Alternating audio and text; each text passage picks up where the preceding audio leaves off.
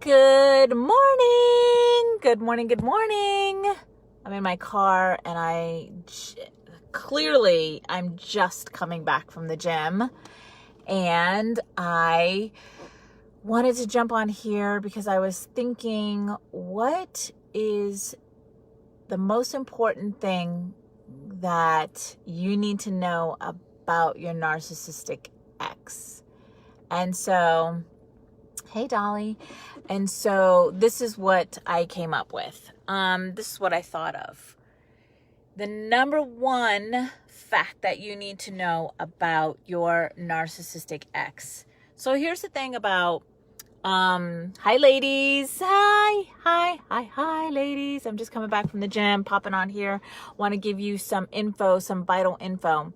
So the number one fact that you need to know about narcissism, because there's so many women that are still hanging on to, hey Alexis, hanging on to their relationship, hanging on to the past. I see a lot of women, they are physically disconnected from their ex-husband or ex-wife, but they're not emotionally disconnected or energetically disconnected. They're still holding on to the hope that things will change, things will get better. And so I wanted to bring this fact to you because it's a hard pill to swallow, but it's something that you need to know. And I'm going to give you two examples of these, two scenarios of examples of this number one fact, so that you can further understand the process and how this goes and the truth. Because I'm all about sharing the truth. Because the thing is that unfortunately we're told too many lies and we believe those lies, and so that's what makes us hang on to these toxic relationships, these relationships that we know are not serving us and they're no good for us, they're not going anywhere. And when you are when you are equipped with the truth, then you can flourish. You can, once you know the truth about these things, then you know what your next move is, right? You know what you can do and where your life is going. So let me give you that fact. The number one fact that you need to know about your narcissistic ex is, hey Kathy, hey Charles, is that they are incapable of love. They can fake like they love you or they love the kids, but they don't. They're incapable of love. And so I'm going to give you two examples about that, because I think that's really important to know. I know that's a hard pill to swallow for some of you. That when I first learned that was really, really hard for me to accept, because the thing is that when I think about my relationship, my ex, and when I found out this fact afterwards, I was like, well, whatever, that I'm okay with that for me, but I wasn't okay with that for my kids. That broke my heart for my kids, for my children, to know that. Okay, so two examples. One example is a personal example. It's of me. And the other one is a married couple who have been married for 60 years, over 50 years. And one of the spouses passes away, and the survivor, who happens to be the abuser, doesn't shed one tear. Now, you would think that if you're with somebody for 60 years, 50 years, there would be some kind of, gratitude, thankful. I appreciated this person. I'm sad they're gone. Something. Nothing. And this is where that huge disconnection comes from, and they're incapable of love. And if you stay in these types of relationships, that's what you can look forward to, is a loveless, lifeless, soulless relationship. And unfortunately, you become that, because just because you're sleeping next to somebody Hey, Christine, I know, it's so sad. Just because you're sleeping next to somebody doesn't mean that that person cares for you or loves you. The other example I wanted to give you was my own, and this is where some narcissistic people can fake it. They can fake empathy. They can fake like they loved you, or they love their kids, or they love whatever. But that's as far as it goes. So this example is my own, like I said. My ex, who I was married to for 22 years, and when you abuse somebody, when somebody abuses somebody, there's no love there. I mean, you there's just, you can't abuse somebody and love them at the same time. Like, it's impossible. So I know this for a fact now. But my ex will go above and beyond to praise me in front of one of our children. I can get even deeper into why he only chooses one of them and not the other. But I'm going to stick to this right now. He does that to one of our children, and it is a manipulation tactic. He says only good things about me. I'm his only wife. I'm his first wife. He'll never marry again, and blah, blah, blah, blah, blah, blah, blah. And unfortunately, my child believes that to be true, which is good because it consoles her. It makes her feel better. But the truth is that no, he could care less. He could care less about me. He never could. He never did love me. And that's a truth that I had to come to and realize.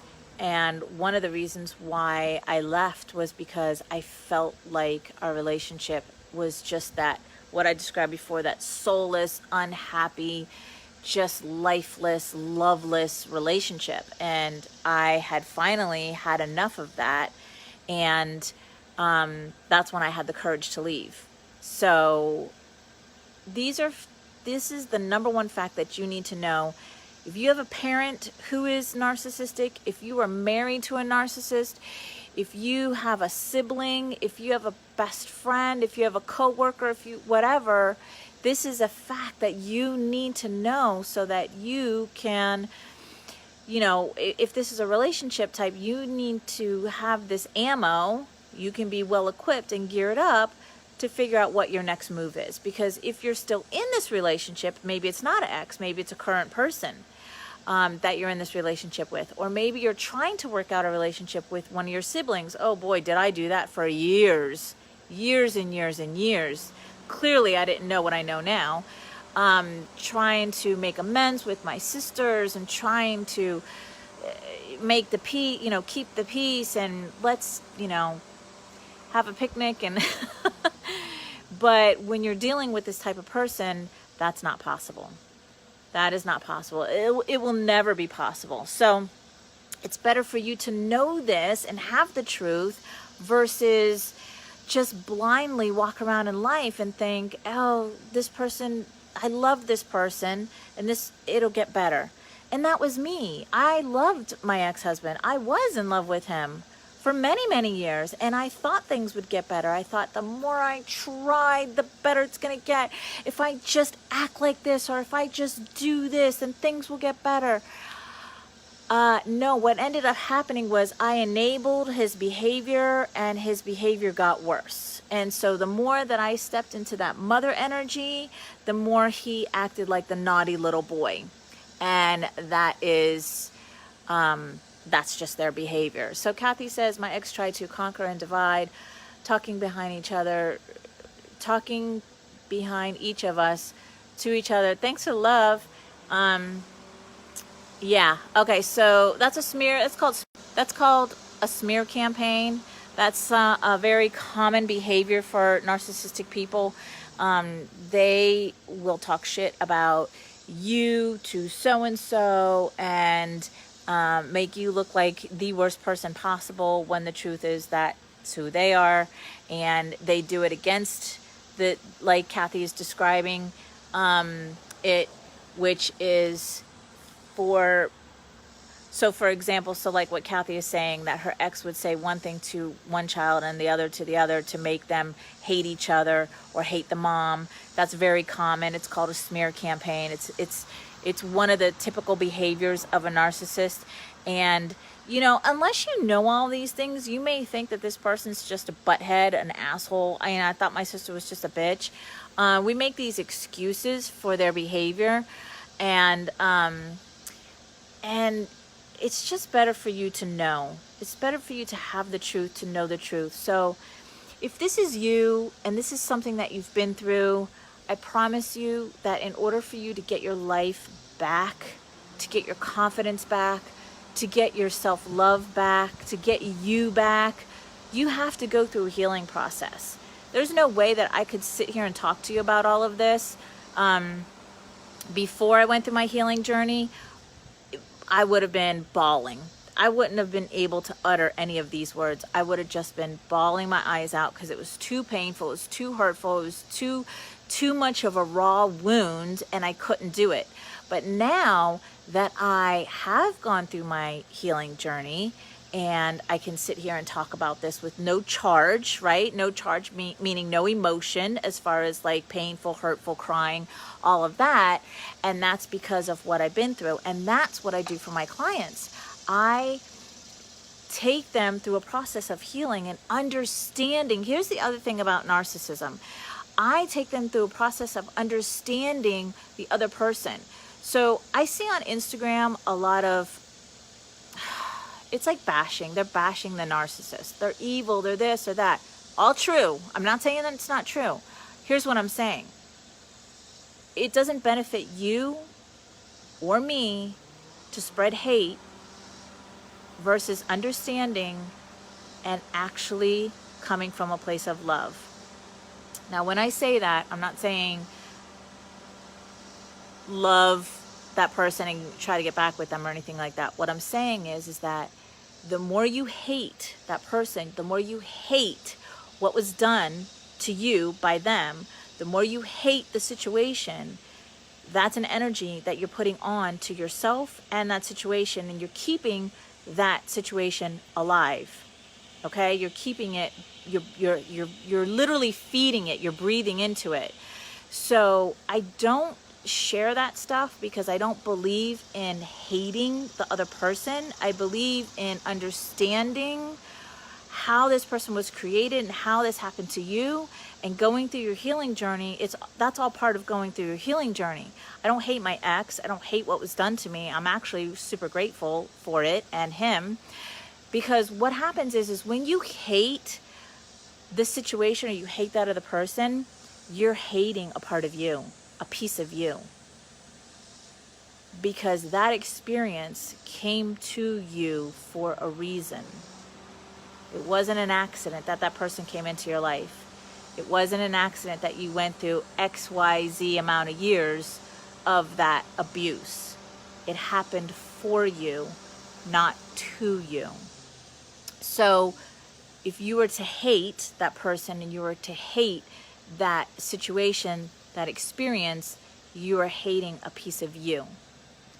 So it's beneficial. Hey, Patricia. Hey, Corey. Hey, Susan. It's beneficial for you to actually understand why and how this happened, and for you to work on the self-love, because I always say, if I truly and deeply love myself, would I have endured 22 years of a toxic relationship? No. If I truly and deeply, use this question for yourself all the time. Use this question for yourself when you go to put that cheeseburger in your mouth. Use this question for yourself all the time. If I truly and deeply love myself, would I, and then you fill in the blank, would I go work out every morning? Yes. If I truly and deeply love myself, would I eat healthy? Yes. If I truly and deeply love myself, would I put up with this behavior? No. Right? So that question is so, like, use it all the time. So if this is you and you've gone through this, you're welcome, Catherine. this experience and you are ready to dive deep into your healing journey, Connections Academy is still has open spots, still taking women, and it is a 1-year program, and it is for the woman who is ready to up-level her life. It is for the woman who is ready to take her healing to the next journey.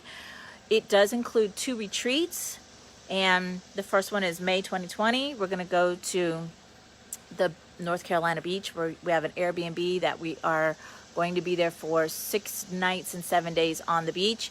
The second retreat is going to be when we're wrapping it up towards the end of our year, and that is September 2020. And that is in the mountains of North Carolina. So these 2 retreats are included in the 1-year course. Every module, which is 3 months, has a topic, and we start off with self-love. Because I know for a fact that self-love is the foundation for you to have everything. That is the foundation for you to have healthy relationships, a healthy relationship with yourself, a healthy relationship with money. Self-love is the foundation of everything. So the first 3 months we focus on that topic and everything that falls under that topic. And then each module is 3 months, and we go into all the different modules and all the different topics. So yes, of course, we talk about forgiveness. Thank you guys for all the love. I so appreciate you. Hi, Annette. Thank you for being here. So each module is 3 months. It has a certain topic, and then there's underlayers to that topic, and that's what we're going to discuss. And again, it comes with the 2 retreats, a VIP vacation, and lots of surprises that I'm throwing in because I love you, and I love my clients, and I love surprises myself, so I love giving surprises. So there's going to be little surprises and big surprises that I'm throwing in, but all for you and all to keep the momentum high and your healing just fun and light, because that's what I'm all about. This is not about sadness and crying. I'm not going to lie to you and say that you're not going to cry. You are, but each time you cry, you're going to be peeling, shedding, and healing back a layer to get to who you really are. So 1 year of us together, you will not even recognize yourself in a good way. You'll be able to talk about these things with no charge, no emotion. All right? So I love you so much. Kathy says, my kids and I give him no power by spending the energy to hate him. Good for you guys. It was a huge teaching moment and awareness. Sad, but it was. Yeah, it is sad. It really is sad, because these are people that we loved. These are the father or the mothers of our children. These are our parents. These are our siblings. It is sad, but this is why I share this with you, because I want you to be, hey Lori, hey Karen, thanks Karen. I want you to be fully equipped to know, so that you don't keep recreating this over and over for yourself. That's not fair. And once you know the truth, right? The truth shall set you free. Boom. You are set free, my loves. All right. So if you have any questions about the 1-year course, Connections Academy, PM me, and I'll answer any questions that you have on it. And I would love to see you in the program. 2 retreats, VIP weekend. We're going to meet 3 times a month. And again, if you have any questions, let me know. Thank you, Karen. I love you. Talk to you later.